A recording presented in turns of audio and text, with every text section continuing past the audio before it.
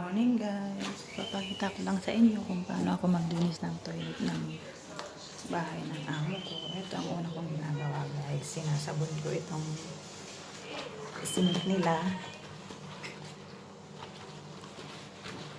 ganyan, sabon lang.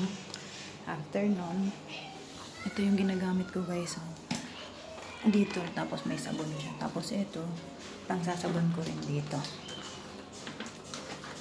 sa kanilang bowl. Tapos dito lang hanggang labas lang guys. Labas lang lahat. Hindi natin siya ipapasok sa loob. Ganun lang. Sabon-sabon lang. Tapos na. Tapos may sabon doon. Ito. Kuskus lang natin dito. Kasi hindi natin pwedeng gamitin yun. Tapos igagamit natin dito sa loob, diba? Madumi. Yan. Ganyan lang. Tapos, pagkatapos nun, babalik natin doon. May tubig yun guys na may sunrox at saka dito din. Tapos, ayan. Ito, lalagyan natin ng mga bula-bula dito. Itong upuan, hinuhugasan ko din pag madumi. Pagkatapos nito, ito naman ang susunod natin. Kuskusin natin ito. Kasi sabon para mahugasan lahat.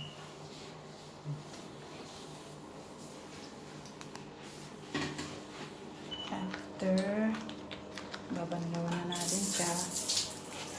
Banlaw. Ganun lang guys, babanlawan lang natin yan sa labas kasi malinis na lang sila gumamit. Kasi ito, babanlawan lang natin, tutuyuin.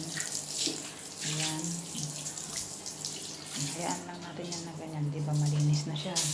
Tapos itong pinuskot natin kanina, babasain lang natin ng ganyan para mabandaman yung mga sabon. Siyempre, tatanggalin ko na yung gloves ko kasi tutuyuin ko na yung tubig gamit yung pangtuyo na yun, diba? Tapos ito guys, hahawiin ko na itong mga tubig para matuyo. Ayan guys, tuyo na. Tapos lalagyan natin ito, mabango, i-iskis lang natin na ganun. Ayan o. Lahat yan malalagyan na kasi para siyang may gripo. May maliit na natulog. Tsaka natin gagamitan ng mop. Imamap lang natin siya para natuyo. Tsaka kumalat yung nilagay natin pabango sa toilet. Tsaka natin iaayos yung mga nandoon. Ilagay natin dito.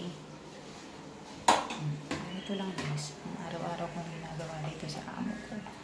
Thank you for watching.